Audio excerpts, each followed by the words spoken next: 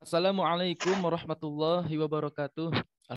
Pemirsa Islam Aktual TV yang berbahagia, pada kesempatan kali ini kita akan berdialog seputar Kans Kader NU Nahdlatul Ulama di pemilu 2024 nanti. Alhamdulillah. Langsung saja ke pembahasan kita, dialog kita pada hari ini yang ingin saya tanyakan. Bagaimana menurut pandangan Pak Tubagus tentang kans atau peluang kader NU dalam Pilpres 2024 mendatang, Pak? Ya. Assalamualaikum warahmatullahi wabarakatuh. Terima kasih Kang Riko atas kesempatan yang sangat luar biasa ini.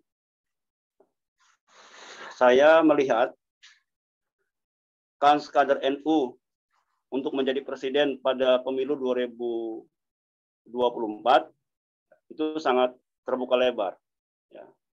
Dan peluangnya malah bisa jadi melebihi ekspektasi kita sendiri, gitu kan. Gitu. Dengan satu catatan, konsolidasi organisasi secara jamiah maupun secara jamaah juga dilakukan secara serius sejak sekarang, gitu ya. Karena memang kekuatan-kekuatan NU itu masih belum solid di tingkat lapangan, gitu kan. Kemudian masih mudah termakan oleh hoak.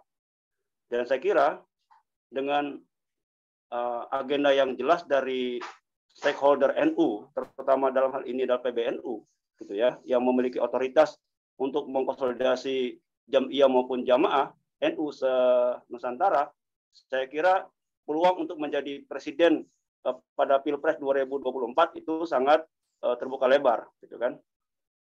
Apapun orangnya, apapun partainya, jika memang jelas komitmen ke NU-nya atau jelas memiliki pandangan dunia wajahnya, saya kira akan mendapat apresiasi besar dari warga Nahdlatul Ulama. Yang selama ini kita selalu dibuat tidak pede sebagai warga jamaah NU, gitu kan? Karena kita selalu ditampilkan sosok-sosok yang menurut kita ya bukan dari kita, gitu loh. Dan ini saya pikir kesadaran tentang rasa memiliki ke-NU-an itu harus ditumbuhkan juga, tidak terkecuali dalam bidang politik, gitu kan. Karena selama ini kita selalu berpikir orang NU di mana saja ada, gitu kan. Kemudian di partai mana saja ada. Tapi dalam masalah politik saya kira sudah seharusnya warga NU harus membangun satu pemikiran bahwa kekuatan politik ini itu harus dikonsolidasi, ya kan, harus dikomunikasikan kepada seluruh jamaah, gitu loh. Karena dengan begitu maka kekuatan-kekuatan yang selama ini tercerai atau yang selama ini memiliki pandangan berbeda tentang politik NU itu akan bisa disatukan, gitu loh. Dan memang ini perlu sosok yang bisa diterima semua pihak. Bicara tentang kader NU, ya kan, itu kita gudangnya kader, gitu loh. Ya kan, dari sosok ulama muda, ulama yang setengah tua atau ulama sepuh itu di NU tidak kekurangan, gitu kan. Masalah wawasan kebangsaan di NU tidak kekurangan, gitulah. Ya kan, komitmen NU terhadap NKRI harga mati, kemudian Pancasila Jaya, itu saya kira menjadi satu kesadaran utuh dari warga NU terhadap rasa kepemilikan Republik ini, gitu loh. Karena rasa kepemilikan Republik ini harus ada di setiap warga negara. Bahwa negara ini negara kita, gitu loh. Bahwa tanah air ini tanah air kita, gitu kan. Bahwa kita merdeka ini juga hasil perjuangan leluhur kita. Dan ini harus dibangun. Dan NU sudah berhasil membangun satu kesadaran berbangsa, bernegara, berislam yang secara inklusif di setiap warga NU, gitu. Dan saya kira langkah selanjutnya ya harus lebih jelas lagi, gitu kan, terutama dalam bidang politik, gitu ya. Selama ini kan ya mohon maaf, gitu kan, kita masih ragu-ragu dan NU sangat sulit untuk mengungkapkan apa yang dimauinya, gitu loh.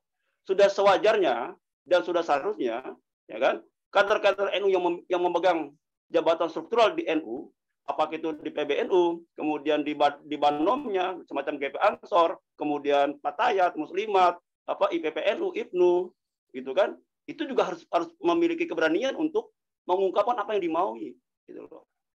Nah, sehingga nanti jelas gitu loh, posisi kita sebagai jam'iyah yang memiliki pengikut terbanyak di Nusantara ini mendapat porsi yang sewajarnya, gitu loh.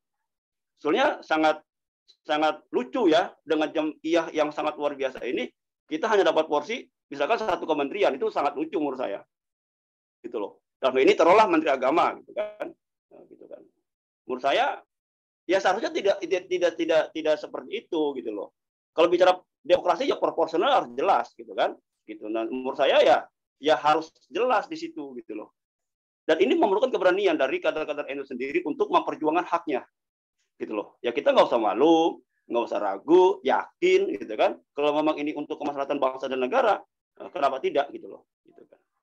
Ya kalau nurutin omongan lain, kemudian tenggang rasa yang lain, saya kira malah tidak jelas apa yang akan didapat oleh NU, gitu loh.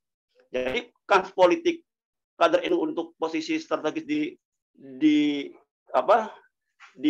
bangsa ini, ya kan, atau di negara ini itu sangat terbuka lebar, ya kan.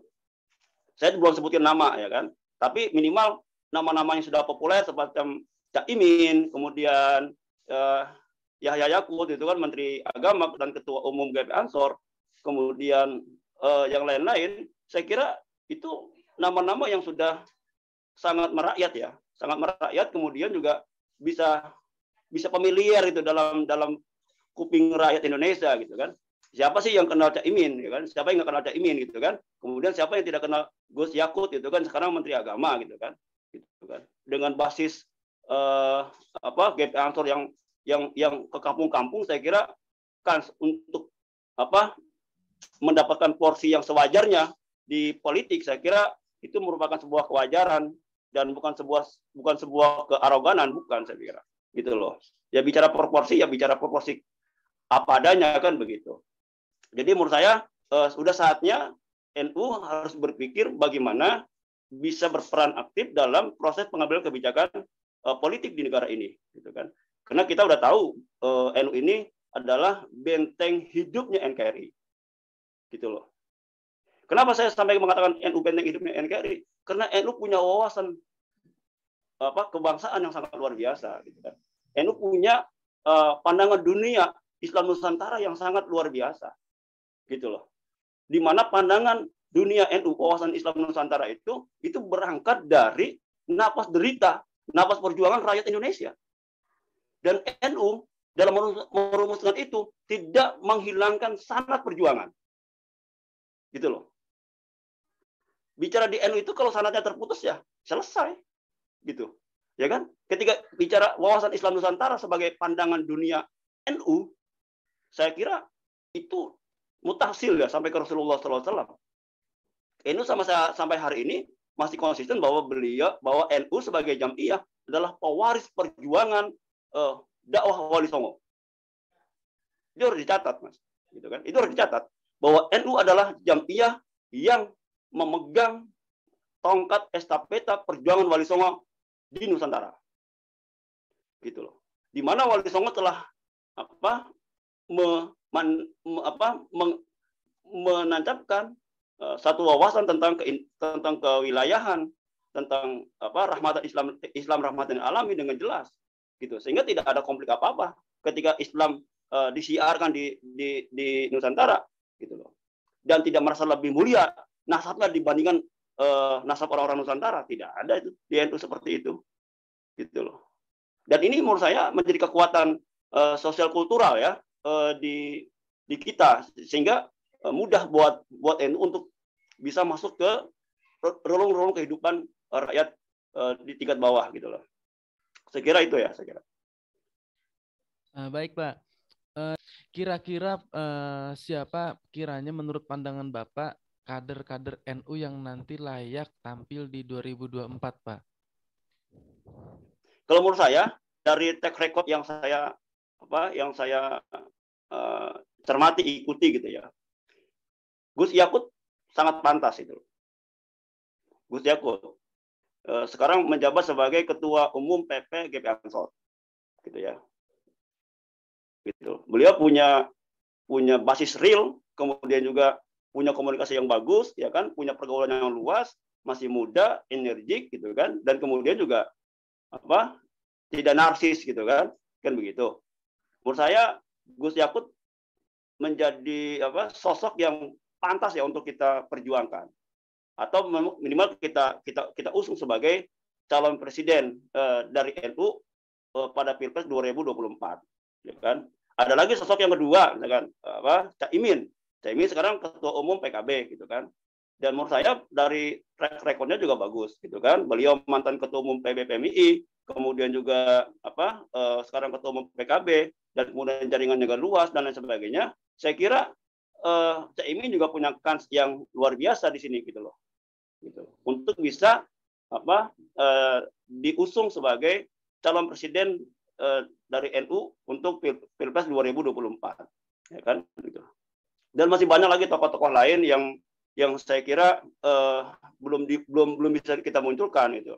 Tapi kalau bicara NU ya, dua sosok ini menurut saya yang sangat kuat ya. Pertama Gus Yakut, kedua Caimin. Kalau kemudian ada yang baru masuk newcomer macam Menteri BUMN Erick Thohir kemarin jadi anggota GP Ansor, saya kira juga itu pantas juga untuk kita pertimbangkan, gitu kan. Apakah memang beliau betul-betul memiliki ideologi aswaja, ya kan, yang memiliki pandangan Islam sebagai ajaran rahmatan alamin, ya kan, bukan sekedar kepentingan politik. Saya pikir ini juga menjadi list kita untuk bisa melihat sosok mana yang memang pantas mewakili NU untuk di pentas politik nasional. Dan sudah sewajarnya lah NU mengusung tokoh-tokohnya sendiri, gitu loh. Bukan seperti kata Khimat atau kata ulama-ulama lain, NU tidak seperti daun salam yang dibutuhkan saat mau masak, tapi kemudian dibuang setelah masakan matang. Nah, saya kira ini ya yang paling penting, bahwa NU harus berani mengusung kadernya sendiri. Dalam hal ini ada 3 sosok menurut saya yang sangat potensial ya untuk bisa bertarung di Pilpres 2024. Pertama Gus Yakut, ketua PPGP Ansor, kedua Caimin, ya kan, sebagai ketua umum PKB, yang ketiga Erick Thohir yang baru saja menjadi anggota kehormatan dari GP Ansor. Barangkali itu ya sosok itu yang saat ini muda, energik, kemudian visioner, kemudian mampu juga beradaptasi, ya kan, kepada semua stakeholder sosial di masyarakat, dan kemudian juga mau berkeringat untuk bisa memperjuangkan gagasan-gagasan Islam rahmatan lil alamin. Saya kira itu, Mas Riko. Baik Pak Tubagus, terima kasih atas pendapat dan juga jawabannya terkait apa yang telah ditanyakan. Sebelum ditutup, ini ada Pak, apakah ada pesan atau closing statement yang ingin disampaikan kepada para pemirsa Islam Aktual TV khususnya, atau kepada masyarakat umum Indonesia, Pak? Ya, saya sebelum ditutup, seperti biasa saya akan memberikan closing statement bahwa Indonesia ini milik kita, ya, diperjuangkan, ya kan, dari darah leluhur kita dan sampai ke kita. Kita merdeka itu tidak gratis, tidak diberi, tapi kita memperjuangkan dengan tetesan darah, air mata dan harta. Maka saya yakin dan harus kita pertahankan negara kesatuan Republik Indonesia ini. Dan kita harus betul-betul menjaga warisan ini menjadi harga yang tidak berhingga, sehingga bisa mewujudkan keadilan sosial bagi seluruh rakyat Indonesia. Oleh karena itu, maka kita wajib memilih presiden dari rahim Ibu Pertiwi sendiri. Ideologinya ideologi Ibu Pertiwi sendiri. Kita tidak boleh berkiblat pada ideologi Barat dan tidak boleh berkiblat pada ideologi Arab. Kita harus dari ideologi Ibu Pertiwi, yaitu Islam Nusantara. Barangkali itu, Mas Riko, yang bisa saya sampaikan. Wallahu muwaffiq ila thoriq. Assalamualaikum warahmatullahi wabarakatuh. Waalaikumsalam warahmatullahi wabarakatuh. Terima kasih Pak Tubagus atas waktunya, atas waktu dan juga tanggapan serta jawaban yang nanti menjadi nalar perspektifnya masyarakat umum Indonesia kita, khususnya bagi para pemirsa Islam Aktual TV dimanapun berada. Terima kasih Pak. Sekian dari saya sebagai host Islam Aktual TV. Wassalamualaikum warahmatullahi wabarakatuh. Waalaikumsalam warahmatullahi wabarakatuh.